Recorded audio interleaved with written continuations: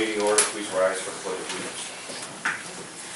I pledge allegiance to the flag of the United States of America and to the republic for which it stands, one nation, under God, indivisible, with liberty and justice for all. Good evening, and I'd like to welcome the new board tonight. It's our first full meeting. Today is May 22nd, 2017. And can I have a roll call, please? Basil. Here. Meyer. Here. Kraus. Here. Missouri. Here. Capros. Here. Whalen. Here. We have the minutes from May 8th, 2017. Any changes, additions? If not, is there a motion? So moved. There's a motion on the floor. Is there a second? Second. There's a second. Any questions on the motion? Roll call. Basil. Yes. Meyer. Yes. Kraus. Yes. Missouri. Yes. Capros. Yes. Whalen. Yes. And clerk's report. The only thing I have, tax income received since April 24th is $136,838.44. For the benefit of the new board members, the sales tax is the original 1% sales tax we always collected. The second line, the 1% sales tax, is the additional half point for sewer and half point for roads. If you notice, the amounts are different. That's because the additional 1% does not include groceries, pharmaceuticals, and appliances, and cars. So those numbers will always be different.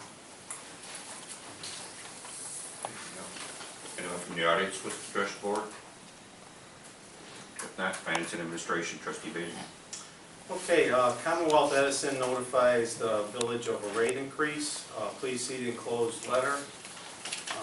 I believe it states that there's a $1 a month increase to most bills on the Commonwealth Edison increase this year.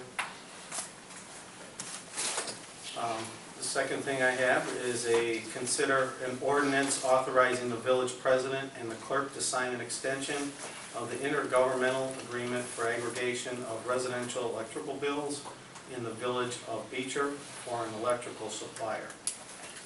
Will County Governmental League wishes to go to bid again for up to 3-year agreement for the joint purchase of electricity on behalf of all resident accounts. Last time we had a 3-year deal with Home Field Energy, which provided a savings to all the residents for the first 2 years with fixed pricing, but in the 3rd year we were over the ComEd rate, and we encouraged residents to opt out, which they had a right to do. This time around, we are bidding out as an option of a price guarantee which will not allow our fixed price to be higher than ComEd rate. However, this guarantee may come at a premium, and we will have to see how the prices come out. We may also go for a shorter term, since we already know that ComEd prices will, what ComEd prices will be next year. This will be the 3rd time we will be going to bid under the aggregation plan, but before we can enter into a bid process, we must reapprove the intergovernmental agreement with the league. There are 17 communities in this joint purchasing pool at this time, but we expect some others may join us. A bid will only be awarded if we can save money. It is recommended that the agreement be approved. ComEd is no longer power generating business, so it makes 0.5% administrative fees regardless of who we buy power from. ComEd also buys all of its power from the open market, but its rates tend to be higher due to the large industrial customer peak demand. Our pool usage is more predictable. Please see the enclosed material. So, with that said, We've been successful in the program in all but 1 year. right, The 3rd year of that last 3-year deal, but the residents always have the right to opt out, and we encourage them to do so. It wasn't much of a margin, but yeah, ComEd's prices were lower in that 3rd year. Now they're talking about a price guarantee as an option on a bid. We'll have to see what that price is going to be, but they're seeing ComEd's rates going up again. so they're encouraging us to go out to bid. Okay. So to save residents money, why not? I got a question. If you're already opted in, and you've never opted out, are you automatically in? Yes. You remain in? Yeah, even if you opted out, you're back in. That was another big question that we had as a group. I opted out, a lot of other people opted out in that last year, but when you rebid, then you're back in the program. If you don't want to be in the program, you can opt out before it starts, they'll give you a letter, or you can opt out anytime during the contract, So those that have opted out, they have to opt out again? if they want out, yes. And what if you've never opted in? You are automatically You're automatically. You have to back opt out in. each time you re-up. Okay. It's like a new program every time we do it. Okay. We don't have to go through the referendum again, but we have to do a new ordinance every time. So bottom line, those are with ComEd are automatically in, unless you want out, you gotta tell. Correct. Will they send out notices to the Yes. residents again, so they'll have a card like they did before to opt out if they choose to? Yes, same program as the last Okay. year. So ordinance number 1263. 1263. So I'd like to do ordinance 1263, authorizing the village president and the clerk to sign an extension of the intergovernmental agreement for aggregation of residential electrical bills in the village of Beecher for an electrical supplier. There's a motion on the floor, is there a second? Second. There's a second, any questions on the motion? Roll call. Whaling, Yes. Caperos. Yes. Missouri. Yes. Kraus. Yes. Meyer. Yes. Basil. Yes. Quarterly report from the Illinois Municipal Insurance Cooperative is enclosed for your review. We are about to bank $241,000 in unrestricted reserves as we close out the 2013 year. And this funding can be used to lower rates moving forward. The pool is expected to make money each year. There's a 4-year lag on restricted funds to make sure all claims are settled. It has taken some time, but our new pool is finally beginning to pay off. No other questions? That ends my report. Public Buildings and Properties, Parks and Recreation, trustee Whalen. Okay, our new park rules update. The village attorney has been working on proposed rules and application for the use of the park by nonprofits and is working on some constitutional issues so the village cannot be challenged if it denies a permit. We are moving away from the term rental and we're getting into the word permit. So we're not going to be renting, we're going to be issuing a permit in order to use the park. This last week, I received, and I know Bob received, quite a few papers from the attorney on the draft set of rules. And I know we're going to go through those, we're going to pencil them up, send them back, and we'll have something for the next meeting for the park rules. Depot Park maintenance update. Public Works is doing their best job ever, right? Yeah, we've done a lot of work over there. We've dropped probably 3 or 4 trees. We've weeded it out, painted the bells, done a lot of mowing, cleaned up the memorial. We have a little bit of mulch left to do, and that should be other than regular maintenance. Okay. And I know Beautification Commission is working with that also. Right. I know they've been planting flowers and so on. Appraisal of the village buildings and properties, they're nearing completion. I believe all the field work is done, right, Bud? Yes, it is. Okay, so we should be receiving those shortly. That ends my report. Thank you. Planning, Building, and Zoning, trustee Missouri. The building department report is enclosed for your review. The Planning and Zoning Commission is also working on authorizing a solar panel ordinance update. They are authorizing a public hearing on an amendment to the zoning code as it pertains to the use of solar panels, and this ordinance is enclosed for your review. A date for the hearing has not yet been set, and the administrator can provide a summary of this ordinance.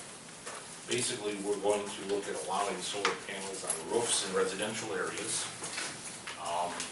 In commercial areas, I think we're only allowing them on the roofs. I don't think they can be separate structures. We will allow separate structures as a special use in agricultural and industrial districts, if I remember right. But solar is coming on fast. I read an article about a house that is completely powered by solar panels that only cover 1/4 of its roof. So it's coming, the technology is going to reduce the cost, so we're gonna have to come up with an ordinance to address solar, because right now, our ordinance does not say anything about solar panels. And it sounds like you addressed, or the plan commission addressed, the fact of the panels on the front of the house, or on the front of the roof. I think there's different panels, or different installation, or something, is what I read. Yeah, I don't know if we restricted it to only the backside of the house. I don't think you did. You can't. No, Because yeah. of the direction of your house is facing. So. Yeah, but I think the installation was different, you know, to make it look, Yeah, they can't exceed the roof's peak, the height of them can't exceed the roof's peak. They actually make shingles now that are solar panel shingles, and you can't even tell they're solar panels. So why stymie that type of technology with our zoning ordinance? We need to update our ordinance to accommodate that quality. Do we have any current? We had one house that was powered by solar on Orchard Lane back in the 80s and 90s, but I believe those panels had been removed. And that was the old parsonage for St. Luke's that was on Orchard Lane. Other than that, I'm not aware of any solar in town right now. You got Dutch American. Dutch American is total solar, 100% solar, and you can't even see it. Yeah.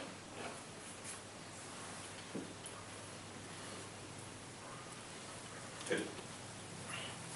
Yes, that ends my report. Thank you. Bear with me. Well, with all of us. Public Safety Committee, Trustee Cross. The police department monthly report is enclosed, as well as the code enforcement and EMA monthly report for your review. Mosquito abatement. Bud? The larviciding is complete for the village, depending on how the weather is. This Thursday, potentially I'll start spraying. Other than that, that's Have all. we had adult mosquito larvae yet? I don't think we have. I've already gotten, it depends on the weather, yeah, I've already had them out there, so. You got a mosquito like Yeah. Got the proof. How are we on tablets? We're good. I mean, we got got a, those barrels. yes, we're good. Do we notify the residents anyway that they're gonna be out, or post it any, like on the homepage or anything? What do you mean, as far as? When they start spraying? We put a notice in The newsletter? the newsletter, yes, and then there's usually You guidelines. try to stick to the same schedule, don't you? Yes, I try to, it's Thursday, every Thursday during mosquito season, unless we have weather that's, unless it's raining or high winds, and then we will go to Friday night. We've never done it before, but we just got a brainstorm up here that we'll put it on the web and maybe issue a nixle and a app notification. That'd be a good idea. Thank you. And Chief, Safe Roads update? Yes, sir, what we did was we came up with a flyer. We distribute this, I'll pass it around, let you look at it. If anybody wants a copy, I can email it to you about pedestrian crossing as a shared responsibility. We distribute this to the school so they can distribute it to the students there, because part of the statute says pedestrians have a right-of-way, but they should not suddenly just move in front of a vehicle that's coming so close as to constitute immediate hazard. What we also did is we identified 2 trucking companies, Mr. Balt Incorporated and also Z-Force Trucking, which is your majority of garbage haulers. And we also sent this with a cover letter to them asking us to distribute it to their drivers so they understand what the law is. We've had help with the Illinois Secretary of State's Police doing enforcement. Right now we've been a combination of mostly written warnings. I know Secretary of State has been doing a combination of warnings and tickets depending on the violation. I had a question regarding the law. My neighbor came over to me and stated that he saw kids push the button and run away. Now, when that light is flashing, do you have to stop? Or is it only when pedestrians are present near the crossing? When the pedestrians are crossing, if someone is pushing a button running away, I don't think they're in an intent to cross. But the whole idea is the lights flash for 30 seconds. It only takes like 12 to 14 seconds to walk that street. So once they're walked and gone, you don't have to stay You can go. stopped. You can go. Okay, that seems to be a misconception out there. That- Well, the other misconception is the beacon, the flashing light on the school zone. The school zone is only on school days when children are present. That light flashes for an hour in the morning and an hour in the afternoon. But if there's no children present, then you don't have to do the 20 miles an hour. How close together are those lights between the speed zone and the crossing? You know? I want to say it's I know it's probably past 1,000 times, I just can't think of it. They're different at each location. Okay. On Route 1, they got a good distance there. If I had to guess, I'd have to say it's at least 200 feet. I'm just sort of more worried about confusion with which is what. Well, the beacon light is just a reminder saying that this is a school zone, Okay. beware, and the sign does say on school days when children are present, and that goes for an hour. I think in the morning it's 7:30 to 8:30, and in the afternoon it's 2:45 to 3:45. Is that when you guys do enforcement, morning and afternoons? Or The morning staggered? time, there really hasn't been anything going on. Okay. I mean, it's mostly concentrated in the afternoon. The junior high and the elementary have not posed any problems. We have not got any complaints. It's mostly on Route 1 here. But I think once we get the message out and educate everyone, we also posted this on the Beecher Police Facebook. Now, if somebody's ticketed, is that a local ordinance? Yes, it is. And then my other question was, on that, when I had seen that, I think the police department posted it on Facebook or something, I had seen it. Excuse me. Can you vary that for trucks versus vehicles? Versus a car, or As far as the enforcement as and far as as far as fine. tracking it, as far as the fine? no. Oh, it's a set fine. It has to be the same if it's a 18-wheeler or if it's a, Right, that's set by Same. statute. We don't set that fine. So you were thinking about a higher fine for a semi-truck? That's it? to discourage them. Well, it's potential danger too. I mean, trucks Mhm. take a lot longer to stop. There's a lot more weight with them than Yeah. a car or something else. But you can see that's locked in by statute. Besides Facebook, I know you said you sent a couple of these to the trucking company in the schools. Is that the only way they're being dispersed? Those main avenues right now? Currently, we had the thoughts of a plan similar to an enforcement zone, Okay. actually passing out flyers on the street as they come through, but I mean, we're still kind of evaluating Can we that. get this, is this on the Beecher website too? The homepage? Can, Can we get that out? Okay. is this thing completed, this form you have? Yeah, I printed it on a two-sided. Okay, can you email it to us in PDF? Yes. You want PDF or Word? Word. It's on a Word. Okay. That's all I have in the report. Thank you, Public Works Committee, Trustee Forrest. Water department monthly reports are enclosed, along with sewer department monthly reports. Water billing register is also enclosed this month. The billing register, pump to bill, slightly better. Still not the best, but I think we got some ideas of some avenues to increase that a little bit possibly. Well, probably. And I did find a leak out in Nantucket Cove over the service lines, so That may be where we saw that little rise up thing. I'm sure there's still more out there. well, I'm slowly finding them. I mean, there's sinkholes developing through the asphalt and, you know, it's amazing. But I'm finding most of them in the new subdivisions where the electrolysis is just putting holes in the Class K copper. And for the sake of the new trustees, when you look at that water billing register at the top there, you'll see a gallons pumped, gallons billed, and then a pump to build ratio. What's AWWA standards is you can figure approximately 20% water loss. They figure if you're sitting there at 70% or better, you're doing a really good job. But it's, We're, you know, yeah, I think we can get up to around, I used to be around 82 to 84. but the big thing is that's indicative if we got water leaks. you'll see somewhere we got great months, and then all of a sudden there's a 2-month cycle where it just crashes down into the 60s. And that tends to be a large amount of water main breaks or possibly a service leak. So, okay, sewer plant rehabilitation design update. 6-hour meeting was held with Baxter and Woman, our engineers, on the project with village staff on Tuesday, May 9th. A process plan was approved at this meeting. A new engineer estimate on the project cost is being drafted. I am pretty confident that we should come in below 9 million at that point. And what we've tended to see in the past is typically engineer estimates, once it goes out to bid, you can usually figure, it's been, typically higher, but construction is definitely picking way back up. But the mark that they try to shoot for is about 10%.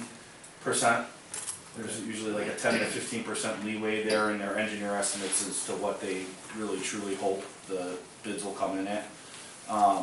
So in financing and everything, we're comfortable with, especially with what we're seeing with the rates and probably a 30-year, but 8 million is the goal. That's where we're totally safe and very comfortable. If we do 8 million in 30 years, we're in good shape. Oh yeah, plenty. So a decision will be made soon if we have to tear down or preserve the old control building, which was built in 1962. There is 3-phase electric there, so anybody, you got any input on that meeting? We beat them up pretty well, Yeah. so we walked away a lot less Did than we we get a walked in. decision on the old 1962 building? What's gonna happen there? Because you guys wanna go look at it after our meeting. They went and looked at it. I think their plan is still probably to take the building down, but to use the Just put a existing, panel. yes. But other than that, like I said, we beat them up pretty well and changed their views on a lot of things. And that decision to either tear it down or reuse it, is that the IEPA that decides that, or? No, that's us. You guys? That's us. And The building serves no functional purpose other than the fact that there's an electrical control panel in there that's running some of the plant. Is that the one that was, that side top? Yes. Yep. And the building should come down. There's no functional purpose to it, so. 2017 Parkway Tree Planting Program, buddy. They're planted, they're in, there's Dave Van Druen will be coming out this Thursday or Friday, I'll be meeting with him. There's a couple trees, people have questions with, but and we'll see what happens. If they need to be removed, they'll be removed, they're under warranty. Some of the species, you have to understand, they're not gonna bud out like the other ones do. The oaks are definitely a slow turning tree, so like I said, I'll be talking to them. If they need to be replaced, they'll be replaced. How many trees did we plant this year? 14 of them. 14. Sidewalk and curb repair programs. This is also a design phase, and bids will be obtained soon, right? We're crunching, yes sir, we're crunching numbers right now. I can tell you this, the mud jacking is gonna start north, working our way through the worst areas, all the way through Prairie Crossings. I think we figured out there's probably gonna be 13 or 14 curbs that are gonna be rebuilt, starting, from worst case scenario, and then sidewalks with what we will be replacing after that with whatever money we have left. But it's the curbs are at a position that they need to take priority. They're basically storm catch basins that didn't have the rebar on them, and they're collapsing. They're causing a major problem. So that is our plan, and I should work on that. Should probably start within the next 2 or 3. Actually, we'll talk about it at the Public Works Committee. We'll get your blessing in the direction. Obviously, we definitely want who did it last year to bid on it. Right. Again, keep it honest. As far as, Get a few other numbers also. yeah. Hey, John, how do you guys decide the list of that? Is that from like residents reporting? Is that from you guys throughout the year seeing stuff? At one time, Is this too short of a meeting for that question? No. At one time, there was like a book, but it was like, it was just impossible because it was like, every trustee here is gonna hear something, right? You may know, trustee Missouri may know somebody here that, there's a section of road by them, or a curb, or a sidewalk with a lip. All of us don't necessarily walk the same areas, or know people that walk the same areas. So the sidewalk was always the biggest thing, because you get calls into the village hall that, staff will take, and then you got trustees that are hearing individual complaints and stuff, and it's like, okay, who heard what, when, whose is worse than another. So we just kind of try to pinpoint an area, and typically when we do, especially the sidewalk repair, is you're gonna get the best bang for your buck if you decrease mobility, right? So if you don't have them Sections at a shooting time. all the way over here, completely all the way over here, doing every little square, if you can kind of, because it's a yearly program, so if you can kind of concentrate on maybe like a quadrant of the village and try to hammer out every one there, while there still may be some that might be a little worse, you're gonna get a much better price if you keep the crew and the trucks and everything else in, as close to the vicinity as you can. Okay. And then the curbs was a big thing this year. I mean, it's something that's come up over the Oh, last year or yes. two.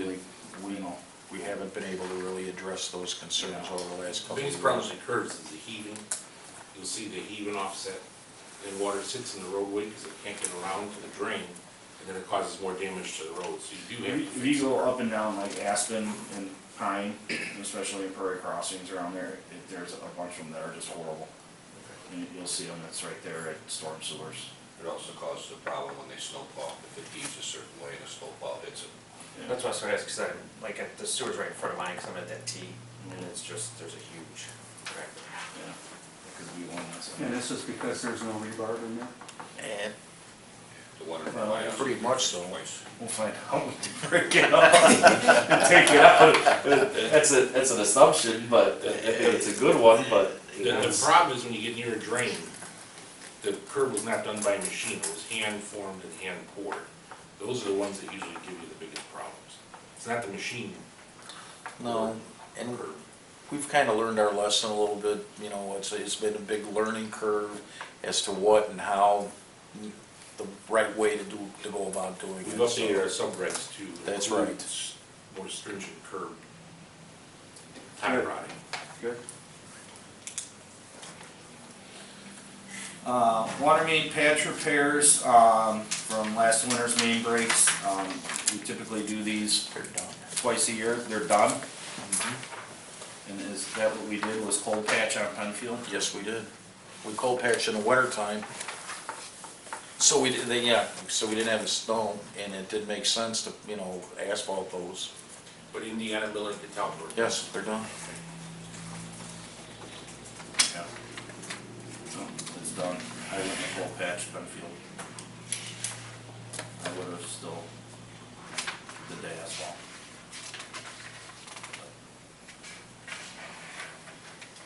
Just because of the fact that, yeah, we're in line for an STP in, a year, right? But, I mean, we're behind on the water main project. Could that possibly, I'm just not a. Well, Cold patch, I feel is emergencies in winter, where you're saving a dangerous situation. I'm a fan of doing it. well, it's A hot patch, but we can always pull the cold patch out. I think the idea I don't think we behind need to pull it out. I think it'll come out. Well, either For the way, end of summer. with a backhoe, a little bit of help. I think the theory behind that, John, was that depending on what was gonna happen with the water main replacement, whether they were gonna have to open dig, or if they were gonna be putting a pit in there, it did make sense, because they're gonna have to come back and re-asphalt pretty close to where we were at anyway. So I was just trying to save a little bit of money, but if if you're telling us to go ahead and. There was a few, and this is very vague. It just says, Penfield would be cold patch, but. Well, that's the I only mean, place, there's some that were on opposite sides of the road, right? yeah, well, where Where it crossed, the main is, right where the main is at, on Birch, yeah. if you, then we can readdress it. I'm sure I'll have another water main break. Consider an agreement with Baxter and Woolman to complete an assessment of the sanitary sewer collection system as required by our operating permit at a cost not to exceed $12,500. This is an evaluation that's required by the IEPA as a condition of our operating permit. The report will generate a response, sampling, notification plan in the event of surcharging of the sanitary sewer line directly into Trim Creek. The proposal is in there. Baxter and Woman typically takes care of all this with us. We've done, especially doing our sewer plant and everything. It's kind of a slam dunk, no brainer. So I will go ahead and make a motion to allow an agreement with Baxter and Woman to complete an assessment of the sanitary sewer collection system as required by our operating permit, not to exceed $12,500. Second. There's a motion on the floor, and there was a second. Any questions on motion? Just to state, we budgeted 15 for this. Any other questions, comments? Roll call. Basil? Yes. Meyer? Yes. Kraus? Yes. Missouri? Yes. LaCroix? Yes. Whalen? Yes. And that concludes my report. Economic Development and Community Relations, Trustee Meyer. Village President and Trustee Basil met with HITS on the future of Balmoral, and we're given a tour of the facility. Who's doing the update? Well, they were ready because they opened, so they're definitely ready. Look beautiful. The jumping rings all are really nicely laid out. You can view them from ground level or up in the stands. They have a VIP area.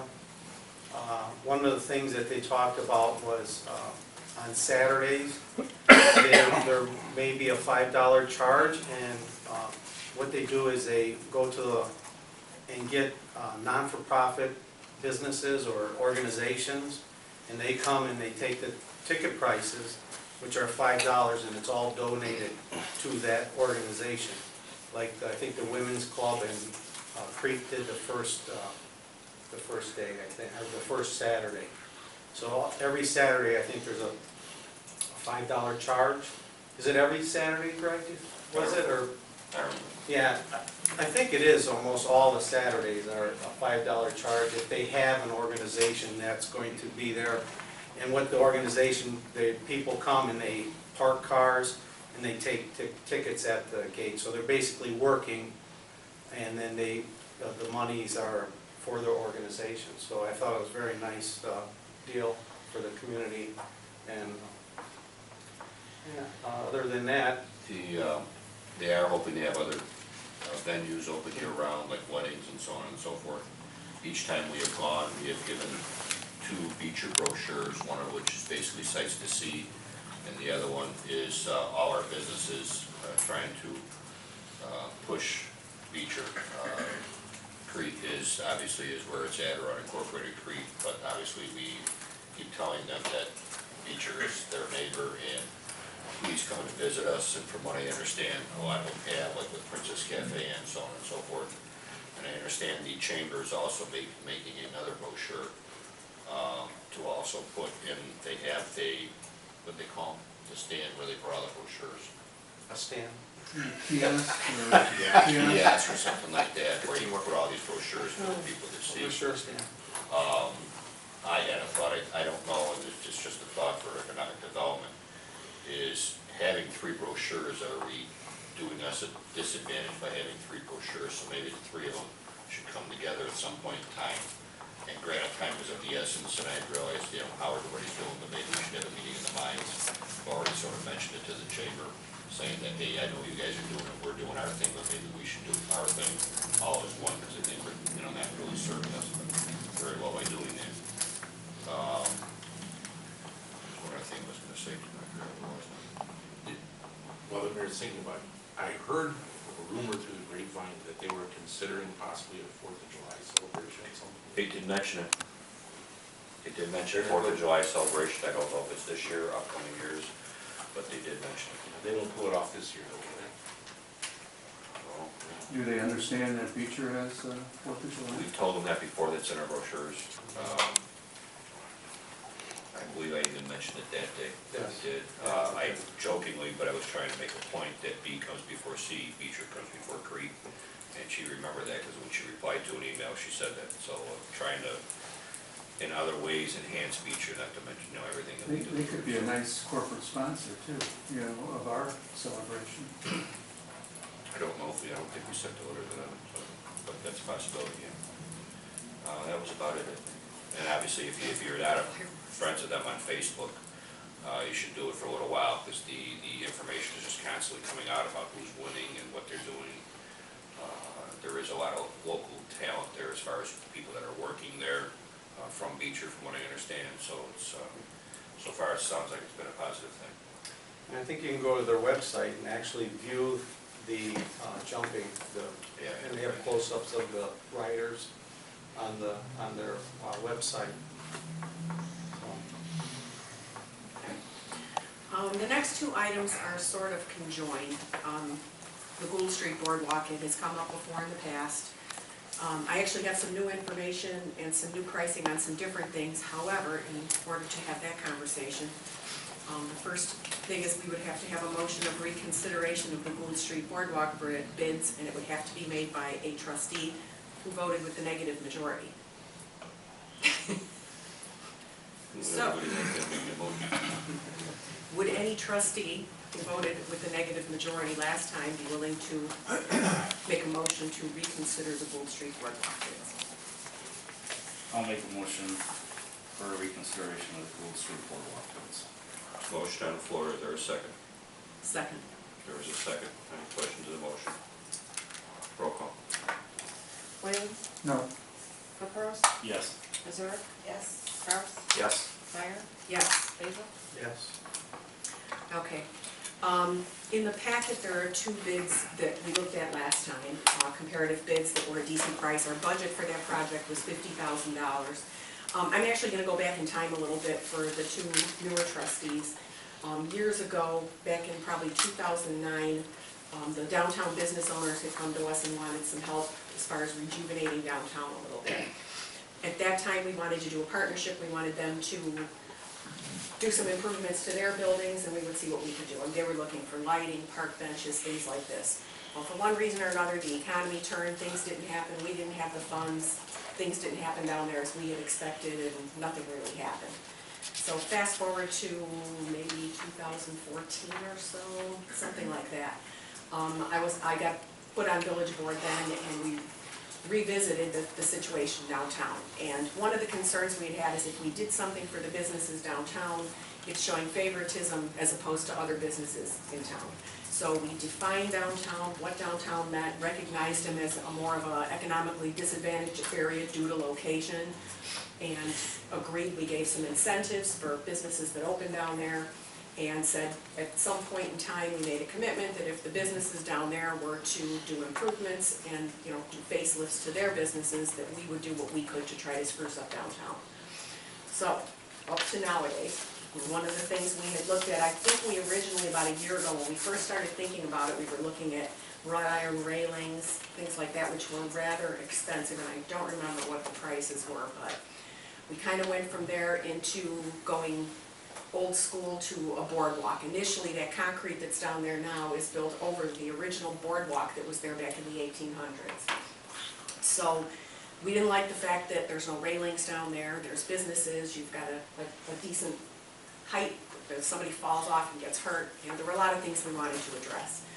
So we looked at the railing idea, that was too expensive, so the next thing we came up with, we were looking at Trex decking, which was prohibitively expensive, because none of us love the idea of wood, it needs maintenance.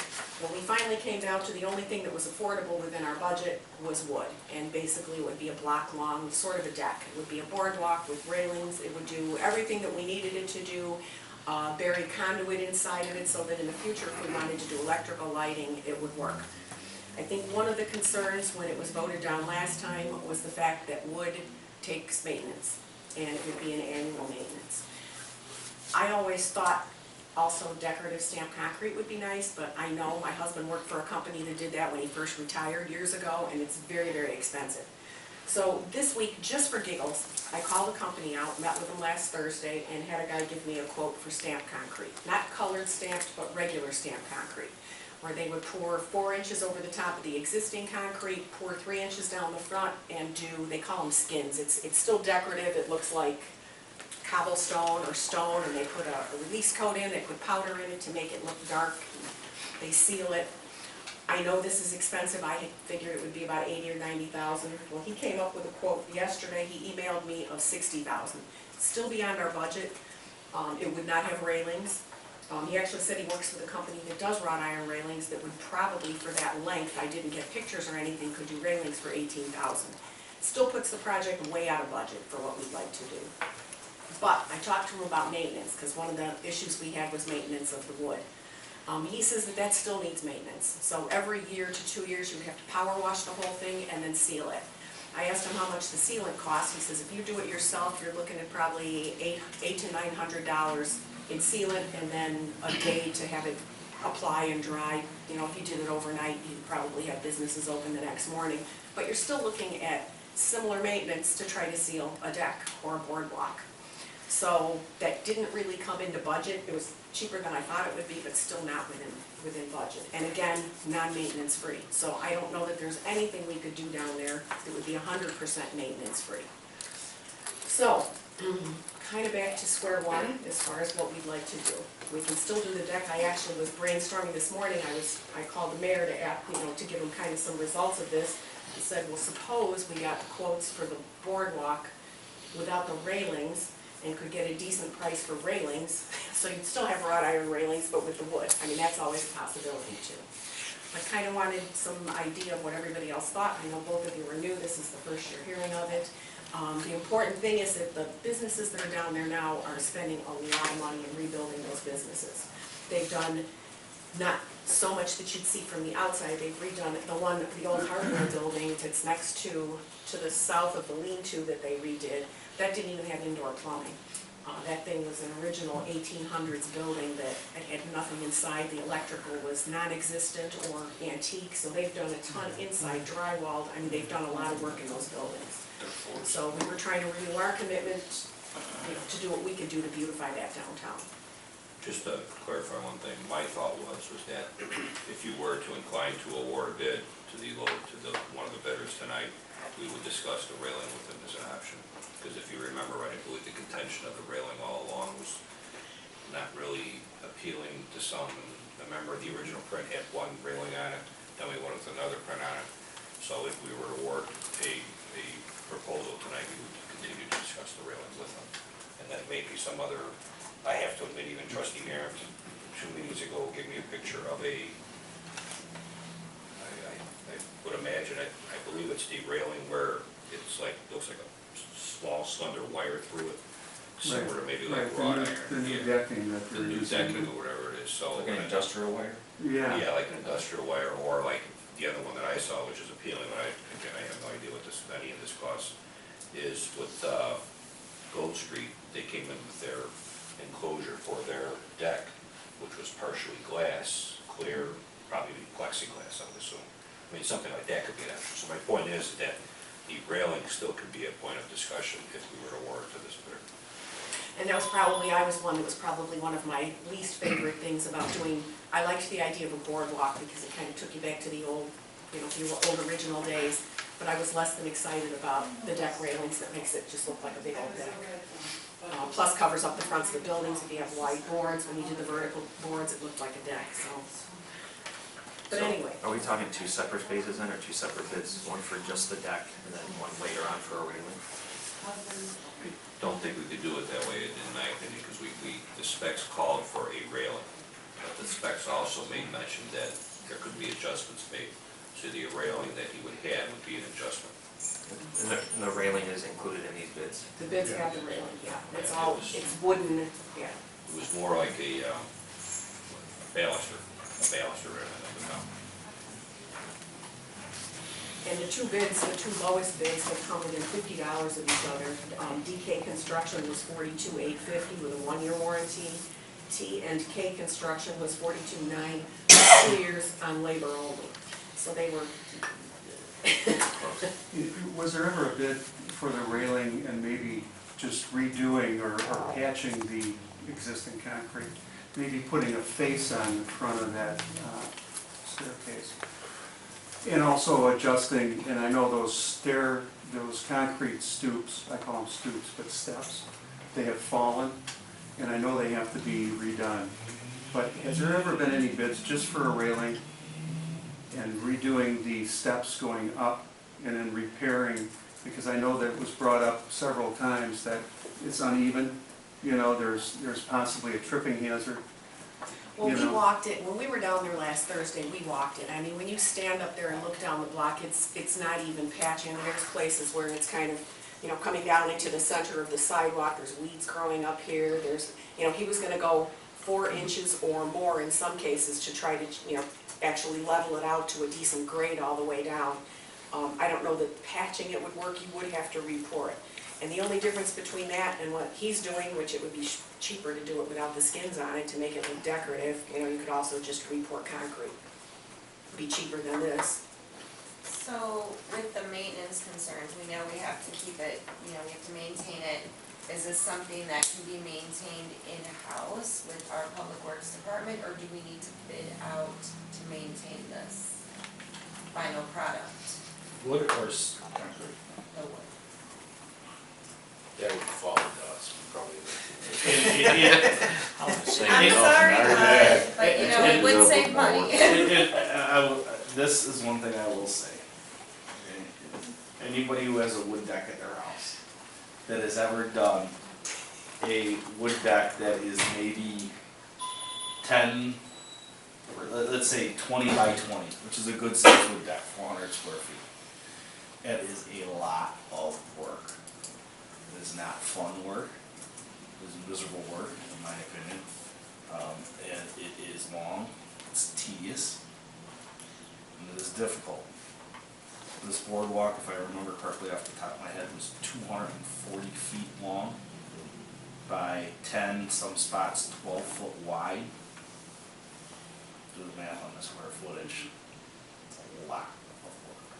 Yeah, we were actually a little shorter on concrete, it was 217, but he was gonna merge it in with where the slant went. You didn't have to go all the way down with it since there's already existing The ramp concrete. is there. Yeah. You know, and that's been my concern the whole time. I know that we have to do something down there for safety and everything else, but my big thing was the fact that as far as the wood and the maintenance. And I know we're gonna be down there fixing it, staining it, and so on, so. I have a wood deck, and depending upon what you use, yes, you had to address it every year. But then with the newer products, with the Restore products that were out there, I could probably get more than 2 years, and then you may have to touch it up in between that. But that product is lasting a lot more than the original, just stain sealer. The Restore products are lasting a lot long. But the key is prepping it first, once you have a good prep down. Okay, to get your first base coat down, my deck lasts, like I haven't, I'm going on my 3rd year, and then I just touched it up. And what does that cost for that? About $30 a gallon. How many gallons do you use per deck? Oh, I'm gonna guess, well, it's $100 and some odd for a 5-gallon bucket.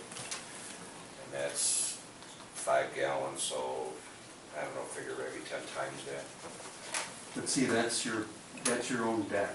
This is a commercial Deck, site, you know, where there's gonna be a lot of wear and tear, you know, and so on. I just, yeah, it would be good. Hopefully a lot of wear and tear. I think most of the labor would be with the railing. You know, Yeah, the decking when you're- itself is a lot easier than the Yeah. railing. When you're If you doing went all with these plex- little, If you went with plexiglass, that would See, be, the that would, railing, since it's, whatever it is. Vertical? Yeah, since it's vertical, that doesn't get any wear and tear whatsoever, and that you could get away with, like I haven't done that yet in 3 years. Your horizontal, the ones that are decking that are suffering from the sun and from the traffic, that's what's gonna need to work. The horizontal, vertical stuff, no. so the railings really don't. The railings, your balusters, if that's what you end up going with, probably not, but then you do have a discoloration as time goes on. you save a ton of work if you go back to the original railing design with the horizontal boards versus all the individual those are 2-inch by 2-inch squared spindles with the new design vertically. Every one of those you gotta get all 4 sides of them compared to an 8-foot side, On an 8-foot section, your spacing is 4 inches, right, in between max. You know, in 2-inch spindles, you got a lot over 8 foot compared to just sealing one 8-foot 4-inch straight down. And I think we were concerned about climbing Yeah. and the look of it kind of looked like it just didn't look that long of a stretch, 200 feet of vertical I board. mean, is concrete And covers really, up kind of the fronts of the Yeah, buildings right. too. I mean, is concrete really completely out of the question? Well, with the concrete underneath it, is it gonna move? Because it's been moving for all these years. And if it moves with the concrete on top of it, what's gonna happen? I'm He not a looked at it and concrete said- person. Yeah, but- this guy is actually, and you can get other bids too. This guy looked at it and says it's actually in decent shape. He puts a lot of steel in it, he puts rebar, he says that's a lot of his cost. He says, I do not skip on the amount of steel we use for it.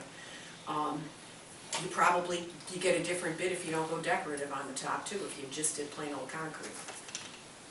I don't know if that's really what you want, the look you want, to just do more concrete on top of the concrete, but, you know, that's a possibility.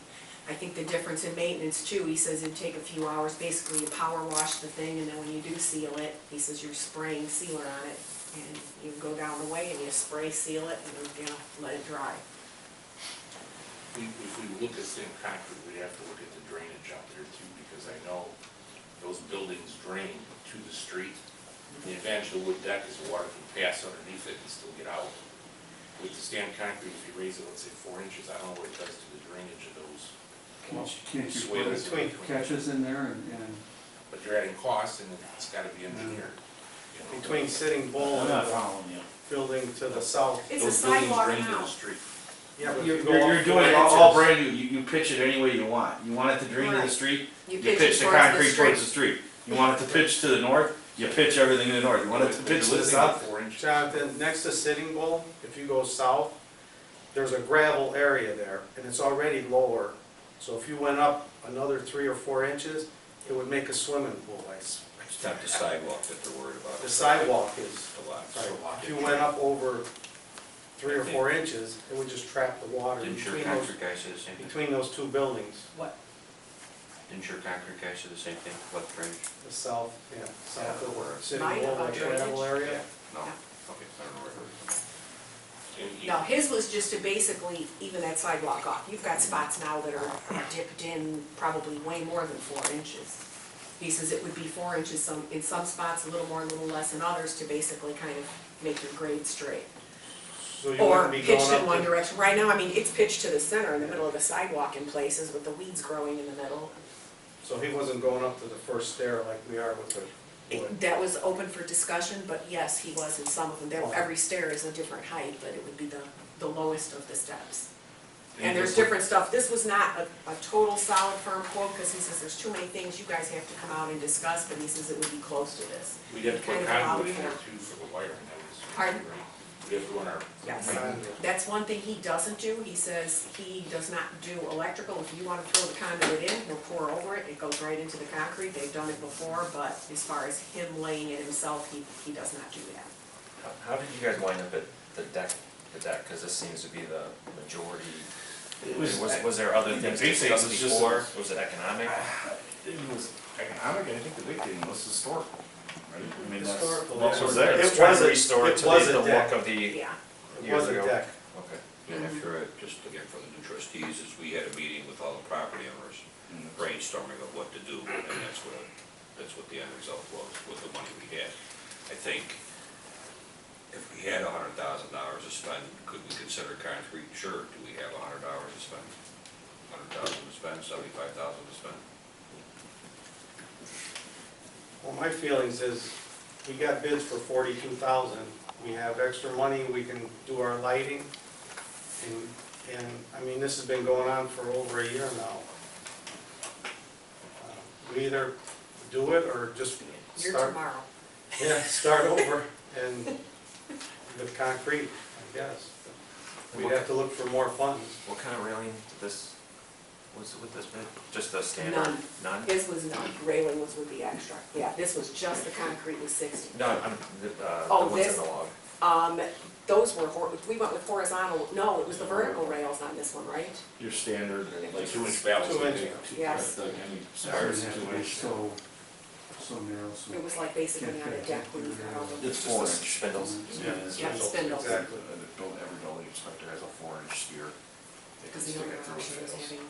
Just like wider playgrounds. walls down the whole way, which would have been more historical.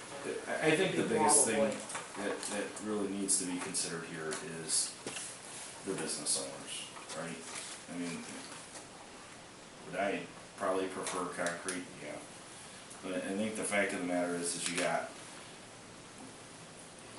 when we first started talking about this, and there's a trustee here, who's wearing a bluish green shirt that was against street signs, right?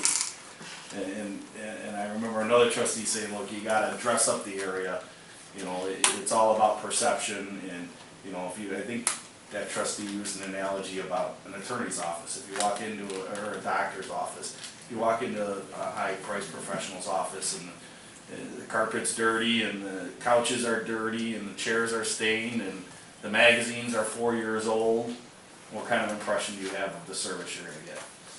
And if you walk into a professional office where it's got up-to-date magazines and brand new carpet, and, you know, everything is shining and there's no stains or anything like that, it's all about perception. And I think when the talk was happening with the street signs even, I mean, there was not a sign of life down there. I mean, we literally had trustees that I know, and we even had a mayor at the time that said, you just gotta tear everything down there. And the complete opposite has happened. I mean, it's been revitalized. You got, every building down there has been purchased. At the time, the owners really wanted nothing to do with fixing up the properties. All the properties have changed hands, except for one, and it got fixed up, and it's now on a lease option, and it's actually gonna be an open business. Everything's changed, and these are the people that have made an investment in our town, and they came in here and they sat down at a table and they said, we'd love this. If the village did this for us after everything we've done, we would love this, we'd be ecstatic. I think, you know, you find a way to make it work. You do. Is it gonna be maintenance? Yeah. Is it gonna be a burden to Public Works for, you know, 3 or 4 days of the summer, you know, every other year or whatever? Yeah, but you make it work. That's what they want.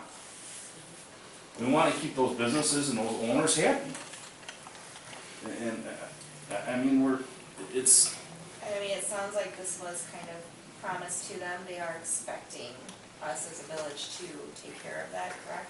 I don't think, no, it was never promised or. They're just looking for a return on their investment. Yeah, I mean, it's just a show of like, hey, you know, we see what you're doing, we're willing to pull our end of it. And one of the reasons I went to get the concrete quote is that was kind of a sticking point. I know one of the trustees was asking questions about how much maintenance it was gonna take, so I says, you know what, I always thought it would be too expensive to do concrete, but I said it's worth it to be able to just sit down and say, okay, here's what it actually would cost, here's what it would entail, so that we have a complete picture to be able to make some kind of a decision. And you know, the biggest thing I brought up in the last time when we discussed this,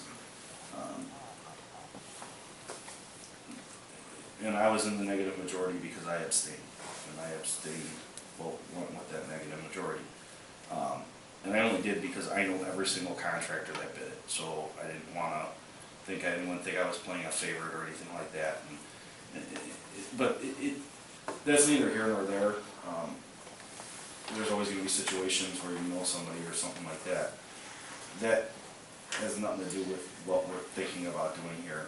The biggest thing I talked about then, and I'll talk about it now, is it's safety, and we got to do something about it. The businesses are opening.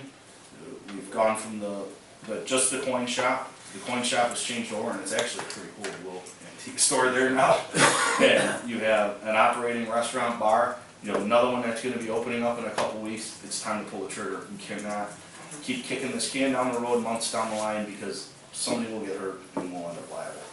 We have a lot of traffic there now, and there's a lot of safety concerns. Especially heading into summer with the beer gardens, they're gonna be putting on a new beer gardens approved for the second one too. you know, outdoor dining, and it's just, it's time, the steps are in bad shape, that's gotta get fixed, and it's just, So And you're talking $300,000 to $400,000 has been spent down there by homeowners. at least. So at least, I mean, that's what them That's doing another, most of the work. that's what them doing all the labor, you're not putting So, a I single mean- dollar of sweat equity into that number. I mean, that's just straight up bills are materials. cheap, I know. And again, back to the safety issue, I have had a resident in the last few weeks tell me that frequents that area often, that they've tripped and had to catch themselves a couple times, so. I do agree with the safety issue, it is a safety concern, just from what I've observed being at the toddler park with my boys even.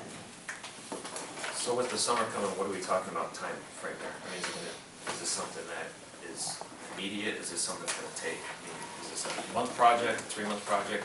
I Is don't this know gonna the be length of the inconvenience time. for Yeah, our? did we talk about did they give us a time frame when we got the quotes for the If you decking? approve the project tonight, I will talk to the lowest bidder and I will ask him, can you get this project done by the 4th? If he says yes, we're going. If he says no, we may wait till after the 4th and start it after the 4th. But it's about a 30-day job, I would say. These contractors are small, they're not gonna bring 50 people in to do the deck. It's gonna be 2 or 3 people working on the deck. And I think it's a 30-day window. It depends on where they're at right now on their current job, I would assume. Yeah, you gotta remember, these bids were had how many months ago, so we were, Yeah. these, Are we looking at all of these bids or just particular? I called ones? the 2 lowest bidders to say, is your bid still good if the board votes tonight? And they both said yes. Yeah, basically, your two lowest, they're within $50 of each other. The lower one has a 1-year warranty, the one that's $50 more has a 2-year warranty.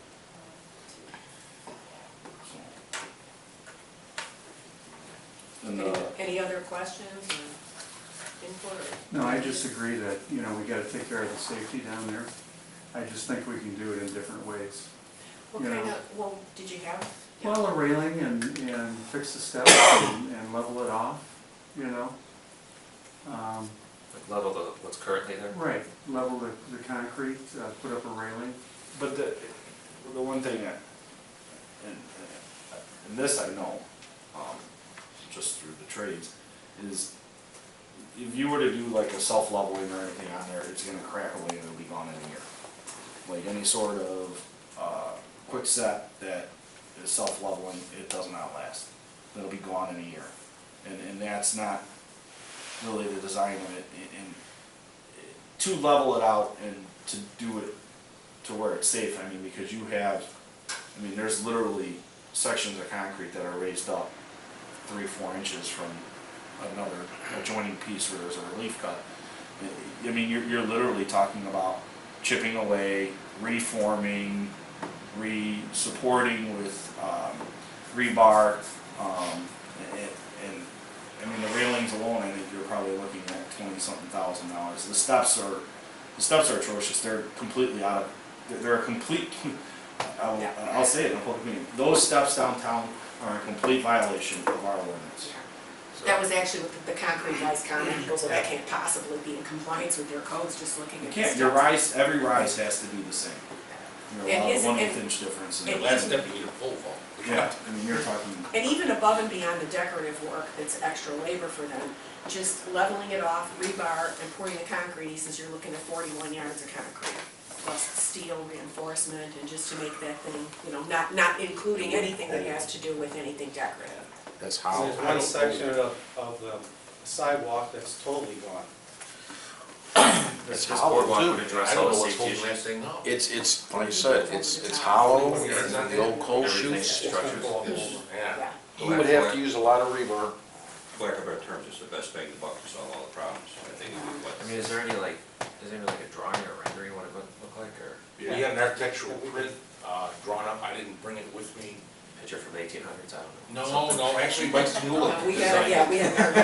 We did it, we actually had it bid spec, so we could get bids, because the other problem we had is each contractor had his own idea. We bid it out once, and we had 6 different ideas on how to do it, and the board said, no, let's do a bid spec and rebid the project. What? do you have a photo of the spindles by any chance? I don't think I Todd, I found, I was going through all the old minutes, and back in 94, they had an ordinance on wood sidewalks. you know, on how they're supposed to be 1894? constructed. Yeah. I'll have to go So check I'm out the just history wondering book if in we're the gonna library, follow see if the that's in same. there. Slide of the Beecher page. Hey, buddy, Oh, do you know how old that concrete is that's up there now? When that was man, it was in, I'm gonna guess it was poured in the thirties. yeah, I Before the war. almost want to say 28, if I'm remembering right, but I will tell you this, that it's pretty thick, it's that good old-fashioned German concrete, so that's what's been holding it up, but it is hollow underneath that. I mean, you can see that where the steel plates are at, those are the old coal chutes, and there's actually probably, what'd you say, about 4 feet? Yeah, I'll go get the print for Todd. You know, that They were comes off telling the me building you can there, never see so that. if you're pouring over the top of that, or you start jackhammering, like I said, it's gonna take a lot of, probably, you know, half-inch, 3/4, 1-inch rebar to restructure the whole thing. Yeah, cool, is what So what warranty is better on this? 1 year all-inclusive or 2 years labor only? I mean, it's 6 of one, half dozen the other. Yeah, I don't have a deck neither, what I say in my deck, so. For the 1 year, is he gonna give materials on 1 year? I don't think so. I think I the don't 1 year think was so, it's labor just gonna only. be labor. They I were think both they're both one- gonna be one- labor. they were both And labor would a only. year of materials really be relevant? Well, It really. could, it could not. If anything's gonna go wrong within that first 2 years, it's gonna be like a spindle, it's gonna be something small. Your major structure, to me, is not gonna go wrong in the first 2 years. It's gonna go wrong later. Okay. So, you know, is the $50 worth it? It might be, but is it drastic if you don't? I don't think so.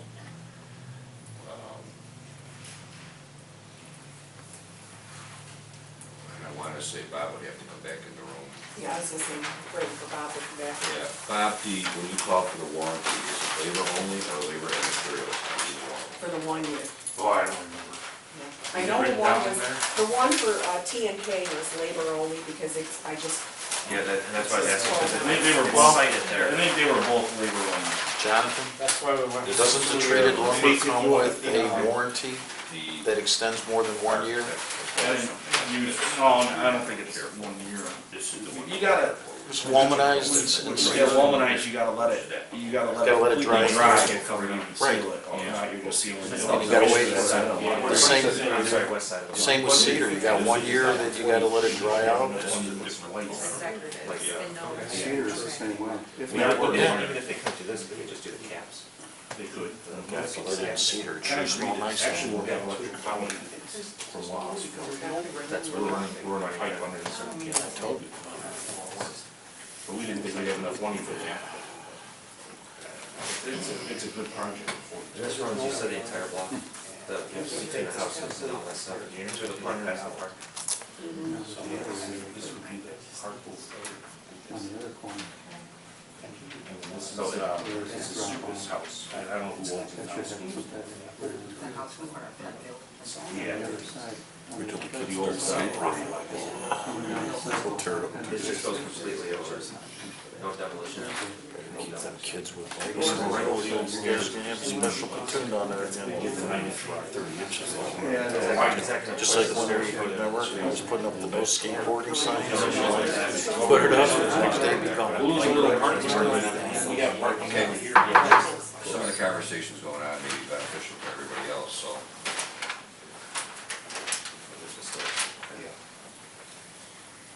The existing concrete and the stairs go over. Right over the top.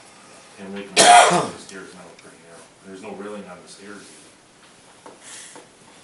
Looks like it comes down to the 3 feet, 6 inches, and then this is. That's the code, because right now those steps, I don't believe are the code, are they, John? No, No. and they're You do a pole movable. vault to get up.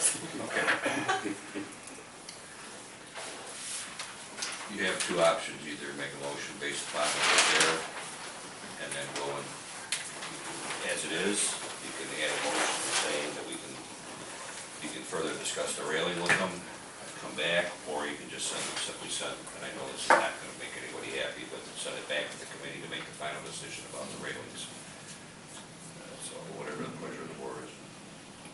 Or don't do anything wrong. They'd send it back to change the railing, or? Further discuss the railings, since other ideas have come up tonight, yeah, as far as the railings go. I think you kinda gotta pick a contractor though. You can't, I mean, we've had this would be the third time around. I mean, you can't keep asking people to, okay, how can you rebid it with this change? Your bids are your bids. They've begun to see each other's bids now and numbers and all that. The whole, That's fine. quality of a bid process, of it being a sealed bid process, is kind of out the window now. Right. I mean, everyone has seen each other's numbers. I think you gotta kind of pick a contractor, if you decide to go that route, you pick a contractor, and then you can, that you have it for that price for what you have there on paper. You can work within that range. And you can work within that range. If there's something you can do to decrease costs, where you can immediately afford the lighting and not have to wait a year to budget that in, then that's something that's an avenue you can discuss with them. But I think you gotta pick that contractor and get that end of it, locked down, and say, okay, worst case scenario, we don't change anything, we go with off the paper. Well, and that was what we based our decision off of. Yeah, I think that's what the thought was to begin with, that we would begin to negotiate once we pick the contractor, any changes that would make, and I think that's included in the price. Well, I'm gonna make a motion to accept the bid from T&K Construction. That was the $42,900 with the 2 years of labor. To do the deck. Motion on the floor, is there a second? Second. There's a second on the motion. Any questions or any other comments, discussion? Roll call. Basil? Yes. Meyer? Yes. Kraus? Yes. Missouri? Yes. Gross? Yes. Whalen? No. Thank you. I think we should celebrate that one. Symbol. Yeah, right. And that concludes my report. Okay, CSX, a week ago Friday, we started hearing rumors, started doing inquiries, and Monday, CSX Railroad reached out to us and explained to us that they did in fact close on the property in Crete. I do not know whether they intend to, I'm sorry, he did make mention that they are continuing their planning phases, and he would like to sit down with us to discuss the quiet zone. But at that particular point in time, I had mentioned that Bob was out of the office till this week. We have again reached out to him to set up a meeting to sit down with the quiet zone to talk about that. And then we'll let you know as time goes on. Like I said, I do not know if they bought it, intend to sit on it, or bought it, intend to build it right away, or bought it, buy it, plant it, build it, whatever. We don't know that yet. Hopefully when Mr. Livingston is his name, when he contacts us, we'll be able to find out more, and then we'll begin the discussion about the quiet zone. And we really don't know officially if they have a development agreement with Creek. No. I sent the email to Crete, and I won't say to who, and I said, well, I heard two different rumors, and he said, I bet one of them's right, so I don't know which one. So then anyways, after that, then that's when CSX basically verified what we had heard, so that's where we're at with that. With that, we will also, item number 3, let's skip number 2 and go to number 3. For some time now, there has been some discussion about possibly closing Hodges Street. With Hodges Street, if you remember, I think we reported last time when we were in Springfield, we did happen to meet with UP Railroad representative, who indicated that if we closed Hodges Street, they would give us anywhere from $30,000 to $70,000 amount of money for closing Hodges Street, which would quiet one rail crossing right off the bat without even getting in the quiet zone. The discussion over the last years, and this is going back a little bit, the thought was on each side of Hodges that if we close it, could develop into a parking lot, which one side is already partially a parking lot. And then the other side, maybe we would develop that into a parking lot, the Hansfield downtown area or whatever we put on the gravel lot next to it, which is also railroad property. So before we even began to talk to either UP or CSX on any of this as far as closing Hodges Street, we thought we would throw it out the board at least to get some kind of consensus of whether you think closing Hodges Street was a good idea. This is a permanent closing? It's a permanent closing of it. What we don't know is, if we close it, does that allow pedestrian crossing? That still needs to be all discussed. But again, before we started looking any further, we just wanted to see if there was any interest in whatsoever in closing Hodges Street. I can't see it. I remember this coming up, before, and I think there was a lot of discussion on it, but I'm afraid if we close that, you know, I don't know, I think you need 3 crossovers in the village. I'm afraid if you take away one, now you had mentioned that there's gonna be more of a quiet. These guys lay on their horns from south of Indiana all the way out to Eagle Lake Road. You know, so I don't think they're gonna let up for Hodges. They do, and both, you know, remember if it was CSX or UP that mentioned that there are guys that are like that, and they try to curtail that. So if they do it the way they're supposed to do it, Hodges Street they wouldn't be blowing their horns there. But no matter what, they're so close, I don't think it's gonna make a difference. That's not an issue, it's just. And there's another issue too, you know, I was around when we had that big derailment in town. And, you know, a lot of the derailment was on Indiana Avenue and Penfield Street. You know, if that ever happened again, you know, where would we be able to cross? You know, I can remember train cars and railroad wheels down the streets, you know, as far as that goes, but I don't believe we should close Hodges Street. Anybody else? I have a question. Is Hodges, I mean, I know Hodges is a dead end at the park. Or sort of, not really a dead end, but it's, let's just say it's not a through street all the way through. I mean, is that used for, I can't imagine that wouldn't be used for any emergency equipment because it's only a block from the other, you know, from Penfield or Indiana Avenue, so. You can't say no because of Yeah, what it Scott could, said. exactly. There's a derailment, then you need someplace to get through, but, yeah. Yeah. But typically, Typically, no, I It's think people we that did live a down there. traffic study there, which would have to be redone. If I remember, I think it was about 2,000 vehicles a day crossing that crossing. Yeah, Hodges? Hodges? Jeez, that's a lot of And it cars. was like 1,900 was the peak. Yeah, less than 40,000 down Route 1. I don't remember the number, but I remember us being surprised at the amount of cars that didn't use it. Was Was it soccer there- season? Yeah. was there a study done on the other two also, on Penfield and Indiana? No, I mean, to because see. we were talking about Hodges at the time. Has anything been said to residents in the area, or have we reached out to see what they, No, because We it's would all. never do that until you guys decided what you wanted to do. I see? This is the first step. If you decided, you know, yeah, it's something you want to pursue, then that would maybe be the next step. If you have That one, would probably you serve. you have one resident here tonight that's pretty close to Hodges. Yeah, I can speak up for that if you like. I think there's a couple pluses and minuses. Just from a residential point of view, it would quiet the area. It would become more, you know, less traffic going up and down. I don't think any of us would mind the extra block that live over there to cross. I do believe, you know, despite what Scott's saying, that I think that the train horns would naturally be a lot less, especially coming from the south. They'd quit, you know, a lot earlier, even if there was no quiet zone.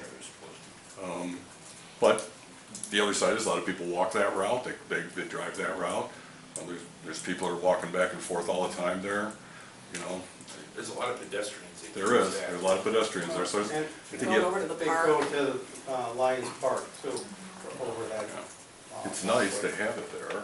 So, And that's a question we have to really answer, since you still have that. we have some pedestrians. I mean, what do they do when they close? It's just barriers? I mean, Yeah. is that their It's- cost, well, is it our cost? So that's where it's a little bit deceiving. I mean, we got all excited saying, oh, they're gonna give us $50,000, but wait a minute, we gotta pay something to close the crossing. Well, I mean, if it costs $100,000 to close it, No, it's not that we know for sure. Basically, in my mind, as of right now, without going any further, the $50,000 that we could get is gonna be used to close the crossing. I don't think we're gonna benefit any financial from this. So we're not gaining it. But So your the- quiet zone becomes cheaper.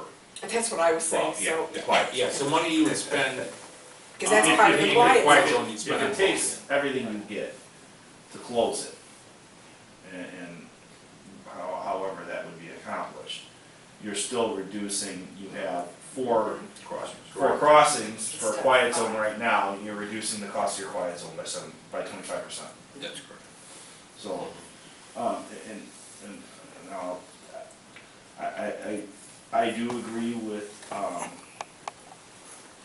the point of view that Kim brought up about, I do think it would make a difference in the, train crossing, because right now, you have them, And it's because of the proximity of the openings, and there's, actually, I've spoken with some, I had actually met a conductor like a month ago, and it was kinda interesting, and what part of the reason why you hear the train so much more now than you did in the past is, these people are on cameras. They're on video, nonstop.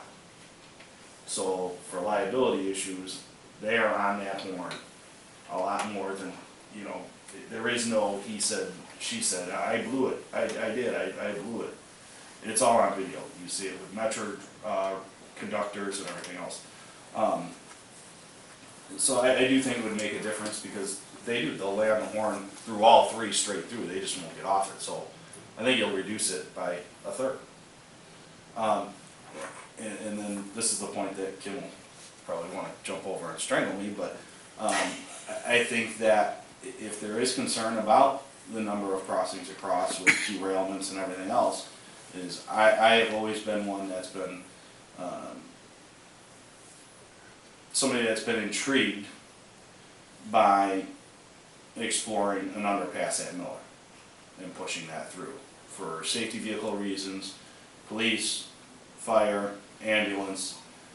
Right now, a train comes across and stops, and there was actually a lawsuit or something I just saw in the paper with Evergreen Park in CSX where, you know, they're frequently stopping across their openings, and you eliminate that. You still have another way across. I think if it were ever done in the future, I really don't think it would be, but I think I'd be interested to see what would be involved in that. And you would still be allowed for pedestrian crossing and stuff like that. And I think this life safety issue that would kind of take care of, you know, being able to go directly under the tracks. That was always Paul Loman, like that idea. I've always thought, but, so, with that being said, I would be in favor of closing Hodges. There's one concern I always had. If you go westbound Hodges and you cross the tracks and turn left onto Gould, there's a site clearance problem there. You cannot see eastbound traffic on Hodges Street coming at you until you get over the ridge. And that's always bothered me, although I don't think we've ever had any accidents there, have we, Jeff? No, but if you go over the crossing and go westbound and make a left turn onto Gould, there is what I consider a site clearance problem. So we want to get traffic down to the old town area, and we're cutting off that flow. You know, where are people going to be able to go? Why would we give away something that we have? You know, it's a permanent thing. Well, okay, You know, I get where you're coming from, Scott, but I completely disagree with that statement of it, because your flow is not gonna be coming from Hodges, because it's fed in with a half a block from Woodward to Reed, and then you're crossing. The only other way is coming off of Miller around, which would just be adding a block heading from Hodges to Penfield. Your two main flows into the downtown area that we're trying to fix up is Penfield and Indiana, let's be honest. I mean, Hodges is not a feed into that area, nowhere near what Penfield or Indiana is. But Well, if the board decided to close it, I definitely would like a walking path through there. I mean, access to the other side of town, because a lot of people walk. Well, we're not deciding to close it tonight, we're deciding if there's interest in pursuing an investigation as to the pluses and minuses. I'd like to have more.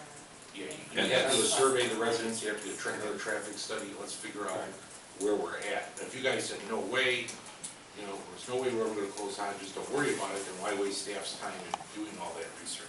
And that's where we're at right And now. if I'm hearing there's a maybe, wait. Yeah, I'd be interested in researching it. I would as well. What are we saving by doing it? And I don't- what is it In, going to look like? in my mind, we're not gonna save anything, whether or not we do wanna close this crossing, which then lessens the amount of horn, train noise, and so on and so forth. And then it could then enhance the parking area in that area, and then it becomes one no long to park for. You know, what are we saving? In my mind, dollars amount is what I'm thinking of. You know, I don't think we're gonna save a dime, but. Well, with the quiet zone. Yeah. We would save. Well, okay, yeah. we would say 25% of the quiet zone, so. So do we have a consensus, at least just to continue looking? Again, we're not approving, once we find, something may come up later, we may say, no, wait. So you take a look at it. We would have to come up with a proper way of closing the crossing with some kind of attractive barrier. I don't think anyone wants to see yellow bollards across the street there, or concrete blocks around Blocking there. our streets. We have to come up with some kind of decorative barrier And of some type. it might even be worthwhile, again, if we get to that point of sending a letter out to the residents and see what they think. Yeah, then we have to survey the residents. Survey the residents. Well, if Jeff's counts are true, if he says there's 2,000 vehicles a day going over that crossing, It's a 24-hour significant. period though, too. that's significant. I mean, you're pushing 2,000 cars somewhere else. That would bother me. Okay, I think we got direction. Does that, no, that doesn't, does that go up to the school? No. No, that's, No, no. That ends out Yeah. fire. yes, yeah, it stops over at Woodward. The lobby day, when we went back to lobby day, we really didn't hear anything any different, except that the deadline is May 31st. If you don't see a budget agreement by May 31st, you're not going to go 2 years. That's the word that's down in Springfield. And then in 2020, we have the sesquicentennial coming up. And it had come up prior to May 1st that we need to start thinking about that. We decided to wait until after the election, so we need who was going to be on the board, see who's going to be on the board, and so on and so forth. So we need to begin to start thinking about that. And basically, in the past, that's my understanding, we have developed a commission. So if anybody would like to be on that commission, please let us know, and then we'll continue to discuss this in the future. If anybody wants to volunteer now, go right ahead. Whatever, we jump at once, huh? I would envision a 7 to 15. That's all you. That's got your name written all over it. I would envision a 7 to 15 member Gotta be commission able to that grow a would beard. approved by ordinance with a sunset be 1 year after the celebration. And that commission would go out and raise funds and do whatever they want to do. It would be separate from 4th of July. It doesn't mean they can't do things with the 4th of July, but it would be separate from that group. That would be the vision of it. I think you gotta do it, right? Yeah, we thought, at the very least, just throwing out ideas, at the very least, if there was not a lot of interest to step up to the plate, do anything any different, we could turn the 4th of July into a sesquicentennial 4th of July celebration. For that year, For that year, that's the very least we could do, just to celebrate something. It's just a thought at this particular point in time, and then we can go from there. And we had a 10-day celebration that year. Yeah.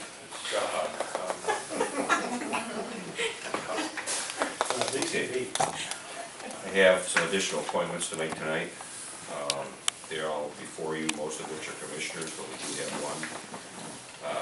Quite some time ago, basically, back in the Nelson Collins treasurer days, Nelson had indicated that he thought that it might be a good idea at some point in time to consider bringing the treasurer's office within the village hall here. As time has gone on, we've discussed it, and then finally we made a decision to wait until after the election, and that the new village president could make a decision of what to do with the village treasurer.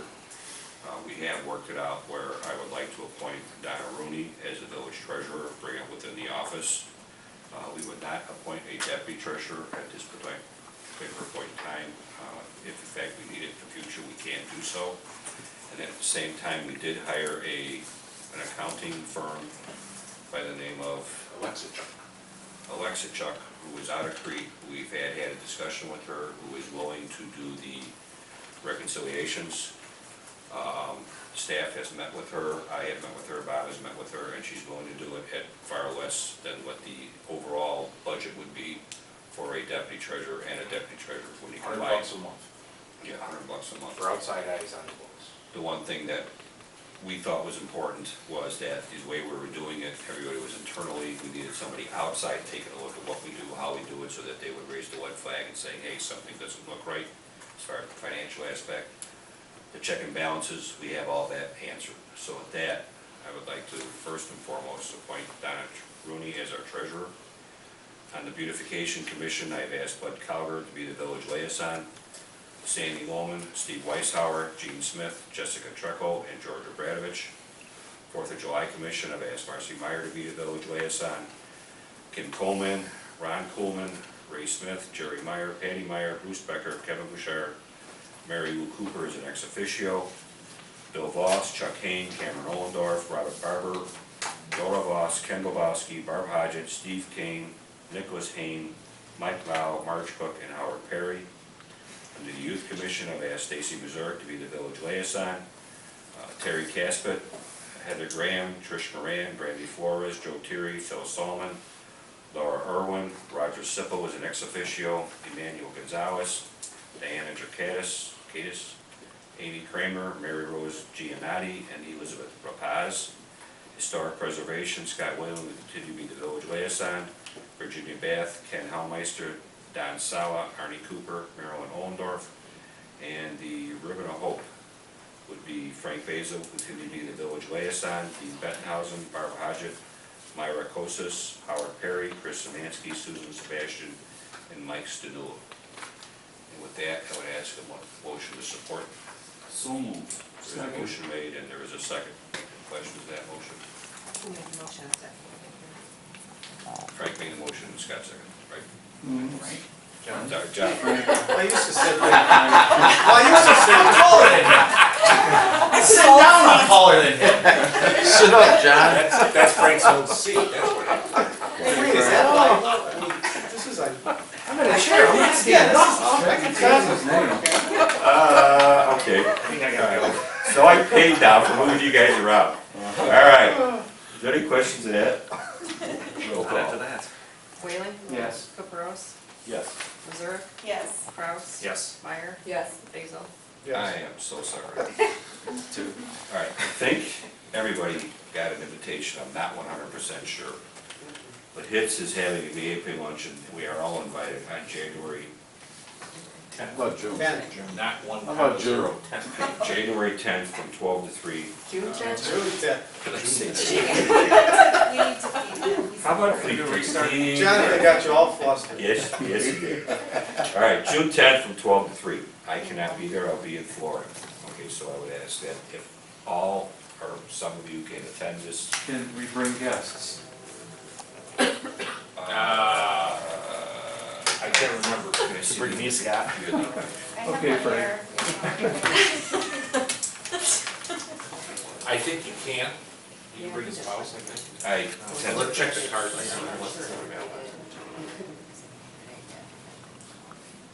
It says you and your guest. There you go. I'll probably go. It does say RSVP. I'll go. You'll go? Somebody else know? And plus my guests. Yeah.